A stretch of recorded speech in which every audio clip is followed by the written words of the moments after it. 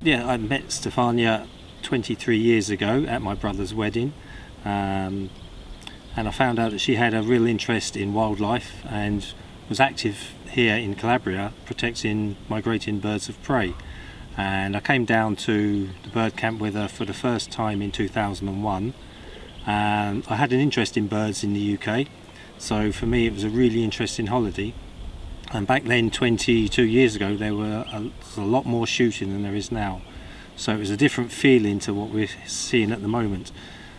We were chasing around, listening for shots, looking for hunters and reporting them, and working with the Corpo Forestali to try and stop the shooting.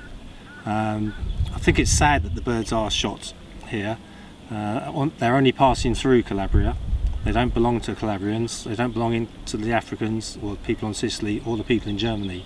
They're a resource for the whole of Europe and North Africa, and it's not right that one area should attack the birds in such a way that other people cannot see them.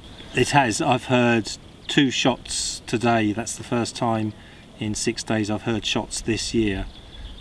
Before, there was shooting very close to where we were. They weren't worried about being seen. Now I think they realise that it is against the law. There are police here to stop the shooting. Plus I also think it's a generational thing. I think 20 years ago people in their 40s, 50s and 60s shot the birds.